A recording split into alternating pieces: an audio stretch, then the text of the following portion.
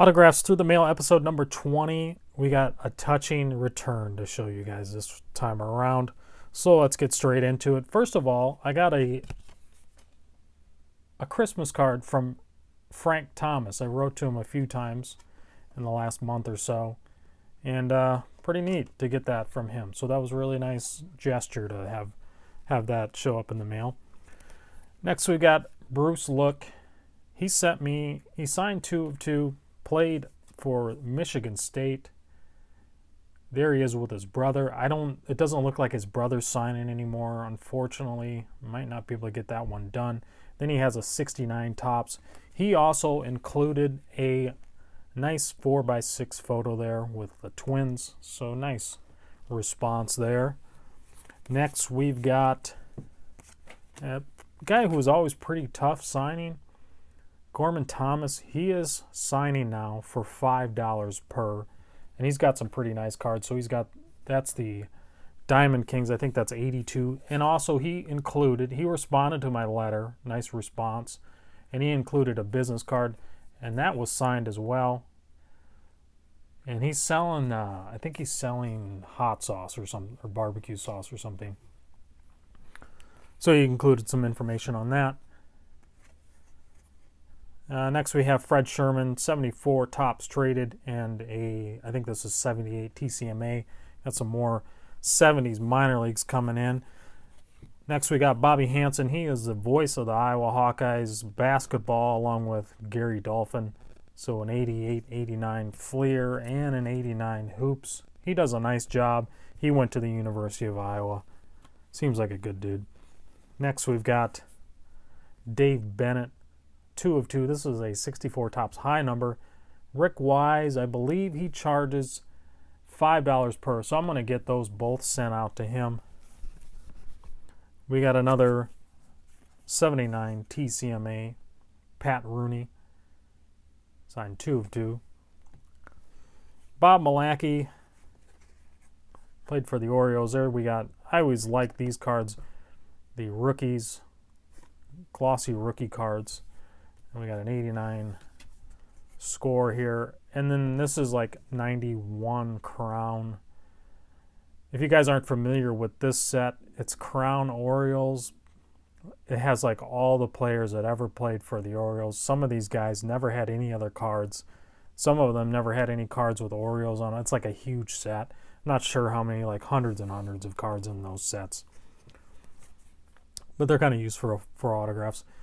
Another 70s minor league return here. John O'Rear, 79 and 78 Kramer. All right. So we got Frank Bork here. He signed 2 of 2, and he's got a 65 Topps here and a 66 Topps with Jerry May there. Jerry May passed away quite some time ago. Next we got Don Mccauley. This is 77 Topps football.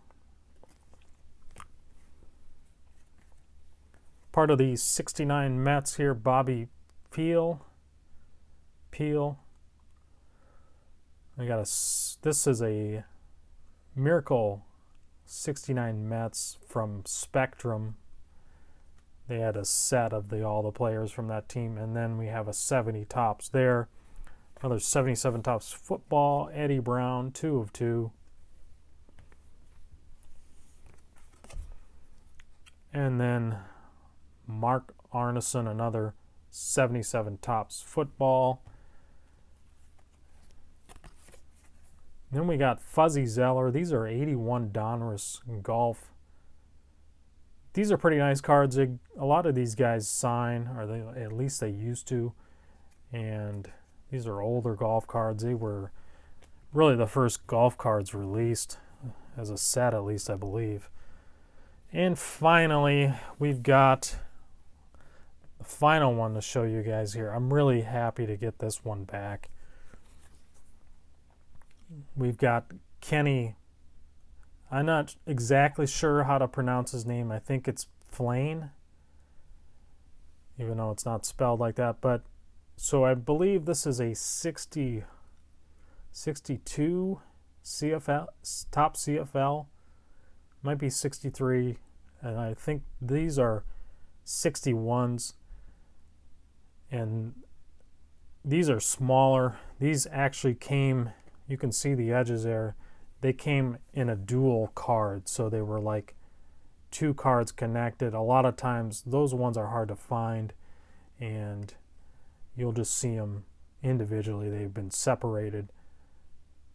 So Kenny Payne, so he went to the University of Iowa in the 50s, played for the Rose Bowl team. He was the quarterback for the Rose Bowl champions in 1957.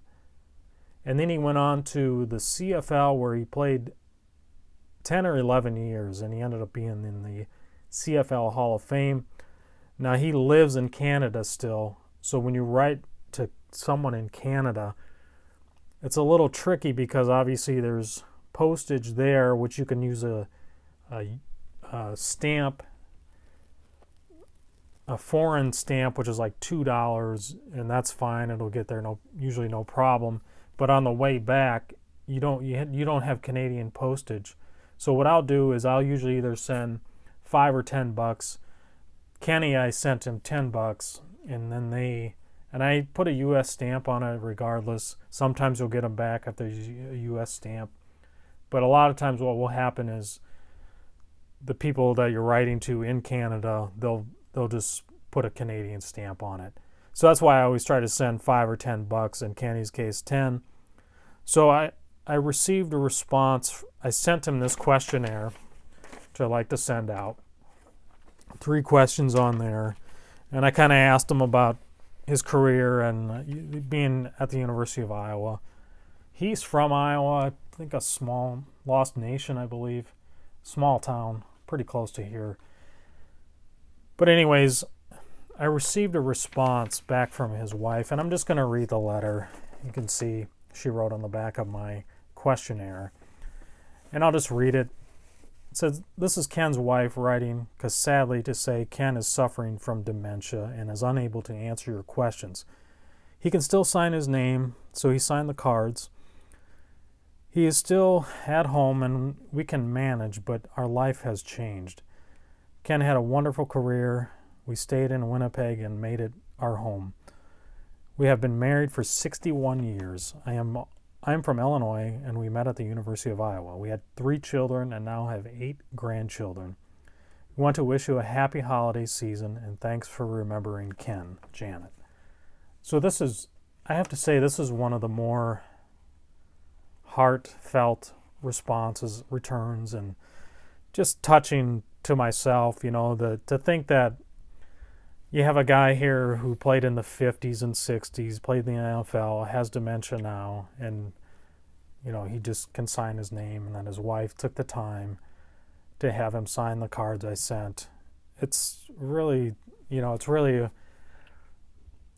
I can't tell her how much I appreciate her doing that, and for me to get this back and to remember him and to remember the Hawkeye team, the Rose Bowl team, and all those things like from the 50s.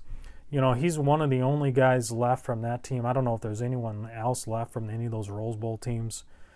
So, it definitely means a lot, not only to have the cards back, to have him sign, and to have his wife write this out, all this, personal information. It means a lot. And, I've had a few responses like this through the years where the players are, they have dementia, or they're too sick, but they can still sign, and the family signs, and they write a note out like this. But I have to say, this is probably the most heartfelt letter that I've ever gotten back. So I wanted to particularly show this letter and just kind of show you guys like what, this is part of writing through the mail. It's not just getting these guys autographs, or autographs on cards, or collecting, or whatever. It's remembering these guys, kind of helping carry on their legacy through, their autographs, and, a little piece of them, is kind of how I see it. You get a letter back like this, you help to remember these guys' careers, and that's another way I look at it. I like collecting. I like getting the mail and seeing what comes and who I get back and everything. But this is another even more important aspect in my opinion. But thanks for watching, guys. I thought that was an important one to show. But I appreciate you guys watching. Appreciate all the subs. And please check out the links below, my eBay store, and check out my card store and my Instagram. Stay tuned for more. I'm going to try to come up with a regular schedule. I'm going to have a video where I talk about what my expectations are for next year, and so watch for that one. I'll have that one on the next few days. So thanks, guys, for watching. Take care. Happy holidays, and see you soon.